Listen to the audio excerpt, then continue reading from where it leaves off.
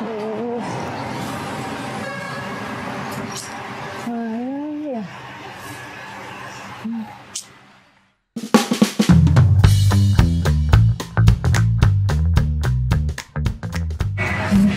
Mana ya Miko? Kamu, aku cariin kemana aja sih? Kak, maaf. Iya Miko udah mau Kak, telat. maaf. Yaudah, cepetan nanti kita ketinggalan pesawat. Soalnya kecapean banget. Kemarin seru banget deh bikin Semalam ramuan itu herbal buat aku- teman-teman. Emang kita mau kemana lagi Kak? Kita mau jalan-jalan lagi. Ayo cepetan. Asik. Asik, let's go.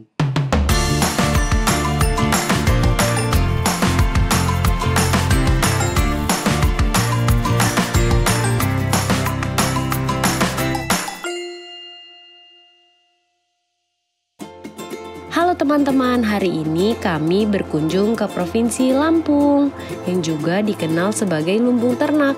Aku, Miku, dan Moko mencoba menyusuri Kabupaten Lampung Tengah di mana terdapat banyak peternakan-peternakan lokal dan kami akan mencari tahu seputar isu tentang vaksin PMK. Pak, mau kemana? Iya. Kok bawa-bawa sapi? Bingung Mbak, ini Mbak mau vaksin, tapi nggak tahu entah kemana vaksinnya ini. Oh gitu. Ya udah Bapak kalau gitu mau ikut saya nggak? Saya mau Kemana, ke Mbak? tempat vaksin. Emang ada? PMK. Ada. Mau Mbak? Mau, ayo Pak. Nama sapinya siapa Pak? Hasan nama sapinya. Hasan. Lucu banget namanya. Ayo Hasan. Divaksin kita. Senang sekali, ternyata para peternak memiliki kesadaran untuk memvaksinasi hewan ternaknya demi terlindung dari PMK. Di luar sana, mungkin masih banyak peternak yang kesulitan mendapatkan vaksin. Beruntungnya, Pak Ahmad dan Sapi Hasan langsung bertemu seorang dokter hewan yang bisa bantu memfasilitasi berjalannya prosedur vaksinasi PMK.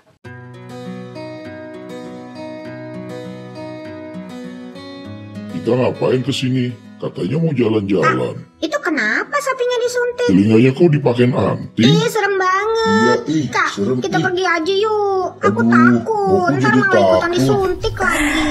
Tenang, Miku, Moku, kalian tenang, sabar. Ini tuh sapinya lagi divaksinasi biar nggak gampang terpapar PMK. Oh, begitu. Iya gitu. Kak, emang vaksin PMK itu ada syaratnya ya? Ada dong. Pertama, kita harus pastikan sapi yang mau divaksin itu sehat. Dicek dulu suhunya, apakah sedang demam atau tidak. Dan dicek juga beberapa bagian tubuh lainnya seperti mata dan lain-lain. Itu semua harus dicek sama dokter ya. Nah, selain itu, kita harus melihat apakah ada penurunan nafsu makan dari hewan tersebut atau tidak. Kalau semuanya sudah oke, baru diputuskan sudah layak vaksinasi deh. Emang harus ya dok divaksin? Vaksinasi ini wajib hukumnya untuk kita yang memelihara sapi. Gunanya vaksinasi itu sendiri adalah untuk meningkatkan antibodi terhadap virus PMK itu tersendiri. Nah, kita itu laksanakan vaksinasi untuk yang pertama itu biasanya dengan dosis 2 mili per ekor sapi. Nah, setelah itu kita booster kembali. Nanti biasanya itu 3 atau 4 minggu setelah kita vaksin pertama atau 1 bulan kemudian kita lakukan vaksinasi ulang atau booster ya. Nah, itu tujuannya juga untuk memaksimalkan antibodi yang terbentuk di dalam tubuh hewan tersebut. Nah, setelah itu nanti akan ada lanjutan 6 bulan sampai 1 tahun. Kemudian sekali 1 tahun kita akan ulang terus vaksinasi ini. Jadi kita harapkan antibodi ini akan selalu ada sehingga virus yang kita takutkan, PMK atau virus penyakit mulut dan kuku ini tidak menyebar ataupun sapinya sudah mempunyai pertahanan diri. Begitu ya teman-teman. Lalu, setelah bertemu dokter hewan, kami berkesempatan mengunjungi sebuah peternakan yang besar di daerah Lampung Tengah yang memiliki ribuan ekor sapi. Dengan jumlah sebanyak ini, tentu aku, Miku, dan Moku akan mendapatkan info seputar vaksinasi PMK langsung dari peternaknya. Sekarang kita udah ada di PT Indo Prima Beef, punyanya Pak Nanang nih. Halo, selamat siang Pak Nanang. Selamat siang Mbak Nadia. Sehat Pak? Alhamdulillah sehat. Miku Moku kenalan dulu nih sama Pak Halo Nanang. Pak Nanang. Salam kenal. Sebenarnya kita mau tanya-tanya aja Ya. sih Pak. Sebelumnya peternakan Bapak ini tuh udah dari kapan sih Pak berdiri? Berdirinya dari tahun 2014. 2014 berarti sekarang udah 8 hampir tahun. 8 tahun, Masih 9 muda tahun sih. ya. Lumayan tapi udah gede banget ya Pak ya. Amin. Di sini udah berapa banyak sapi Pak yang ditampung? Kapasitasnya 10.000. 10.000 Tapi ekor. sejak COVID dan sekarang agak turun lah. Kita menyesuaikan kemampuan pasar. Oh iya seperti itu. Wow, 10.000? Susah nggak tuh Pak ngerawatnya? Kalau merawatnya sih enggak ya. Enggak, karena kita kebetulan juga saya background-nya dokter hewan, terus juga punya pengalaman lama di sebuah perusahaan peternakan. Jadi berbekal dari itu semua memudahkan dalam proses saya mengerjakan. Berarti pekerjaan peternakan ini Bapak bergeraknya khusus di bidang sapi potong aja atau ada sapi perahnya juga? sapi potong, penggemukan dan pembibitan, pengembang biakan. Untuk distribusinya sendiri kira-kira sapi Bapak ini udah didistribusikan ke mana aja? Mulai dari Aceh sampai ke Jawa. Berarti dari Sabang sampai Oh, enggak sampai Jawa. Iya. Sabang sampai Jawa aja Pak. Memang Gitu. teman-teman kita di sini berasal dari mana saja, Pak? Yang banyak itu Brahman Cross. Jadi Brahman Cross itu memang persilangan di mana Brahman itu dari India nenek moyangnya dulu, terus indukannya itu dari breed Eropa. Dari Brahman diambil itu daya tahannya, kemampuan beradaptasi, daya tahan terhadap penyakit dan lain sebagainya. Yang dari Eropa pertumbuhannya bagus, frame-nya gede, jadi kombinasi itu yang menghasilkan bibit unggul yang kita minta. Jadi disilangkan seperti Betul itu sekali. ya Pak ya. Ya. Oke, kita mulai ke PMK nih Pak. Ya. Sejauh ini kira-kira apa kesulitan Bapak yang Bapak hadapi selama masa PMK dari bulan Mei kemarin ya, tinggi-tingginya itu? Ya, seperti kita tahu kan kita udah bebas PMK udah sangat lama ya. Iya, Jadi, tahun gitu. 82 ya Pak? 90 sih, 90. di resmi bebas PMK Indonesia itu. Yang pertama kita ini kesulitan yang kita alami adalah awal-awal. Kalau di sini nggak masalah karena obat-obatan, disinfektan stok tersedia. Tapi teman-teman peternak di sekitaran sini mengalami kesulitan untuk pengadaan obat-obatan maupun disinfektan, vitamin, obat-obatan sportik. Itu yang agak susah didapat ketika itu karena semua membutuhkan. Iya benar. Ya. Jadi rebutan ya Pak ya. Terus kemudian yang kedua vaksin. Karena vaksin adalah satu upaya untuk membuat sapi tahan terhadap potensi terinfeksi PMK. Berarti selama ini sapi-sapi Bapak mendapatkan vaksinasinya itu dari mana? Karena kebetulan pemerintah memberikan izin untuk kita pengadaan vaksin mandiri. Jadi kami bersama asosiasi mendapatkan vaksin secara mandiri.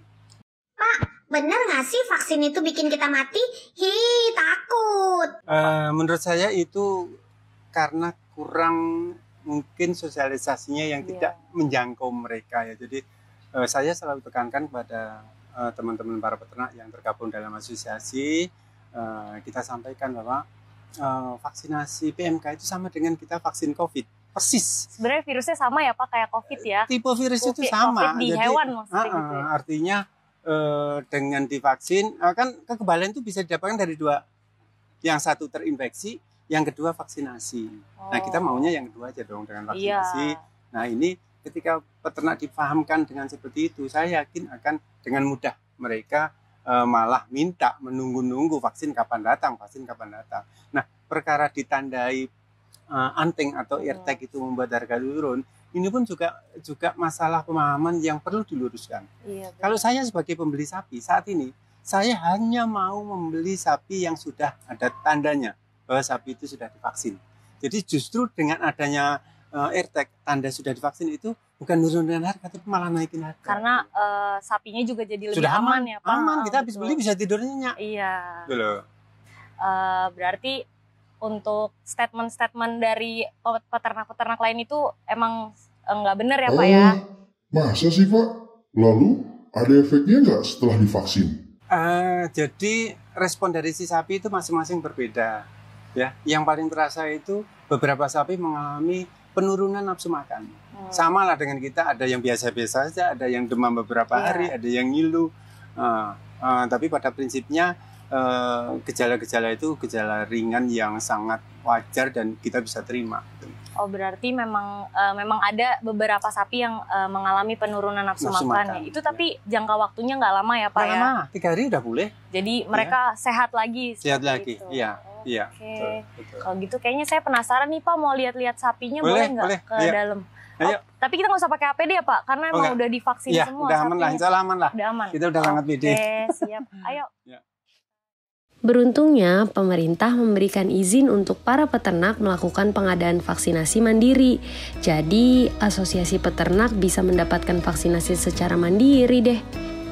Akhirnya, hari ini terjawab sudah semua rasa penasaran kami mengenai isu tentang vaksinasi PMK, mulai dari efek vaksinasi terhadap hewan ternaknya, sampai dengan harga ternaknya yang ternyata malah naik karena terjamin setelah divaksin. Oh iya, Pak Nanang juga seorang dokter hewan loh. Beliau juga mengatakan bahwa penolakan vaksinasi yang terjadi di beberapa daerah karena kurangnya sosialisasi yang menjangkau para peternak. Sebenarnya vaksin PMK itu sama seperti vaksin COVID kok, yang akan membentuk kekebalan tubuh pada penerimanya. Selesai sudah perjalanan ekspedisi kami hari ini. Semoga dengan penjelasan tadi teman-teman tidak takut lagi untuk memvaksin hewan ternaknya ya. Sampai jumpa. Jadi gimana, Miko? Kalian jadi nggak takut divaksin kan? Wah, enggak dong. Karena ini untuk kesehatan aku juga. Biar badan dan otot-ototku tetap bagus. Iya benar, jadi jangan takut untuk divaksin karena vaksinasi itu untuk menjaga hewan ternak terkena PMK. Yuk kita ke tempat lain, biar teman-teman yang belum segera divaksin. Ayo Miku, kita ajakkan Nadia. Mau kemana?